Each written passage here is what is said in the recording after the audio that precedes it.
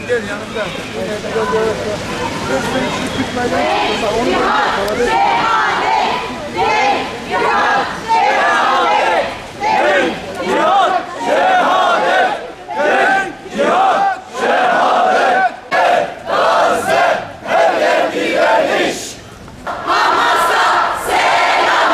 Direnişe devam! Allahu Ekber! Allahu Ekber! La ilahe illallah! La ilahe illallah! Muhammed Resulullah! La ilahe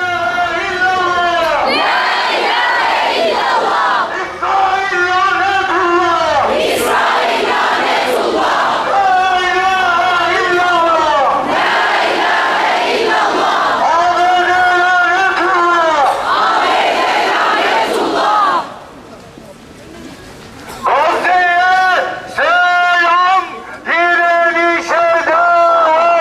Gazze'ye selam! Direnişe devam! Gazze'ye selam! Direnişe devam!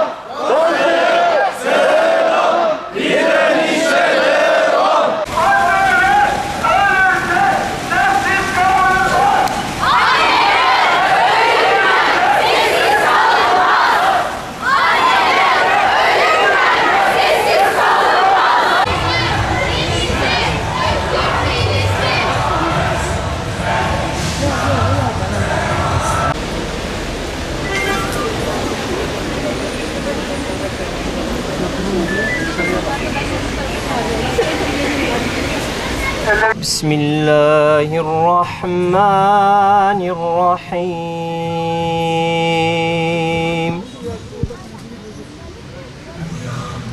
فاذكروني أذكركم واشكروا لي ولا تكفرون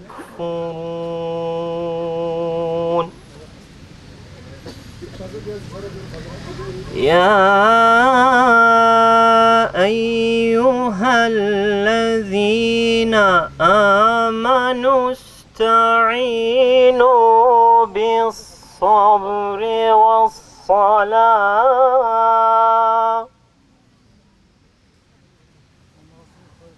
إن الله مع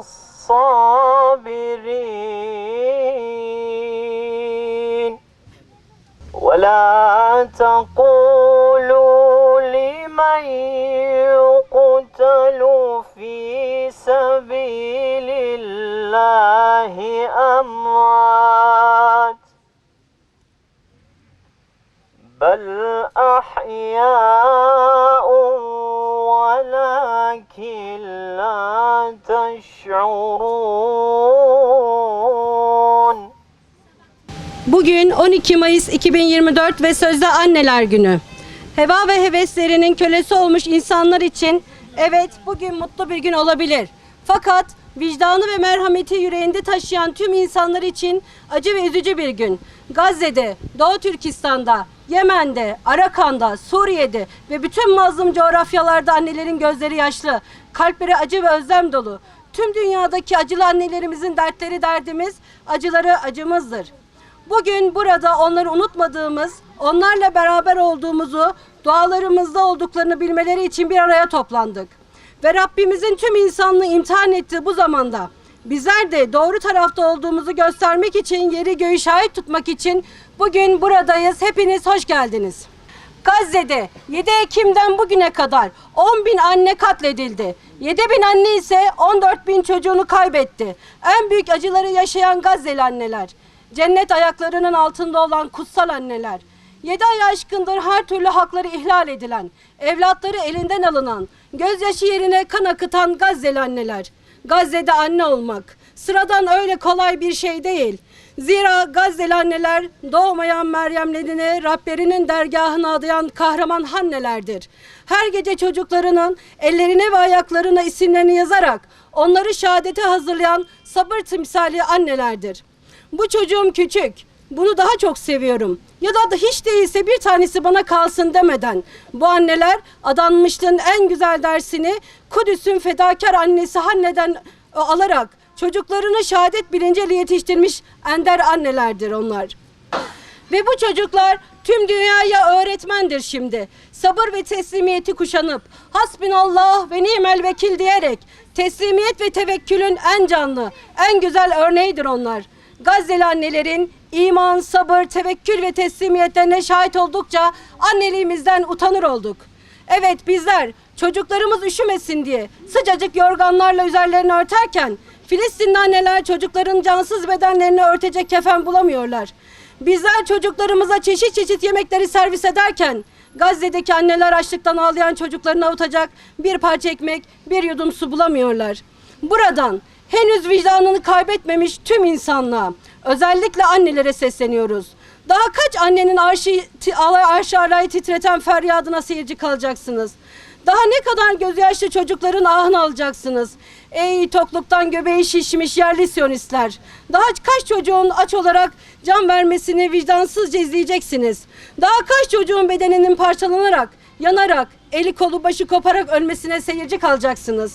Ey Gazze'deki barbarca katledilen insanları görmezden gelen sözde insan hakları savunucuları, parçalanarak şehit olan küçük bebeklerin ölümüne seyirci kalan çocuk hakları savunucuları, münafıklar nerelerdesiniz?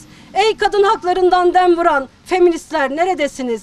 Mesele Gazze'li anneler olunca, mesele Müslüman kadınlar olunca kulaklarınız sağır, gözleriniz kör, diliniz lal kesiliyor. Ey kınamanın ötesine geçemeyen Birleşmiş Milletler neredesiniz? Ey sus pus olmuş yaşayan ölüler olan dilsiz şeytanlar, Arap liderler nerelerdesiniz? Bu mazlum ve masumların akan kanı tufan olup bu zulme sessiz kalan herkesi boğacaktır. Evet, zulme rıza göstermek de zulümdür. Bu zulme sessiz kalan tüm zalimlerin sonu acı olacaktır. Buradan tüm dünyaya ilan ediyoruz ki Filistinli annelerin emanetlerine sahip çıkıp bizleri de evlatlarımızı da bu aziz davanın Kudüs sevdasıyla büyüteceğiz biiznillah. Yetiştirdiğimiz evlatlar bu ümmetin onuru, bu ümmetin gururu olacaktır inşallah. Buradan tüm annelere sesleniyoruz. Sadece şimdi değil, ömür boyu boykota devam edeceğiz. Bebek katili Siyonistlerin silah ve mermi sermayesini sağlayacak ürünleri evlerimize almayacağız. Alanları bu konuda bilinçlendirip almalarına engel olacağız. Sabır kahramanı Gazze'li annelere selam olsun. Aksa'nın annelerine yanında duran tüm annelere selam olsun. Ümmetin yetimiyken ümmetin gururu olan, izzeti olan Hamas'a selam olsun. Bebek katili barbar Siyonistlere ve zulme sessiz kalan zalimlere binlerce kez lanet olsun. Şimdi Gazze'li anneleri temsili sözlerimiz var burada. Acıları acımız, duaları duamızdır. Hep beraber onlara duacıyız. Oğlum, yavrum, Abdullah'ım, Rabbim seni bana geç verdi ama en kısa zamanda yanına aldı. Cennetine koyacak seni Rabbim. İnşallah bizi şefaatçi kılarsın orada Rabbim. Abdullah'ım, oğlum. Canımsın sen anneciğim. Göz bebeğimsin sen benim. Vallahi sen benim kalbimsin yavrum. Uyan anneciğim. Cennettesin sen inşallah. Elhamdülillah. Sabrın dili olsa kesinlikle gaz eder. Merhametin dili olsa gaz eder.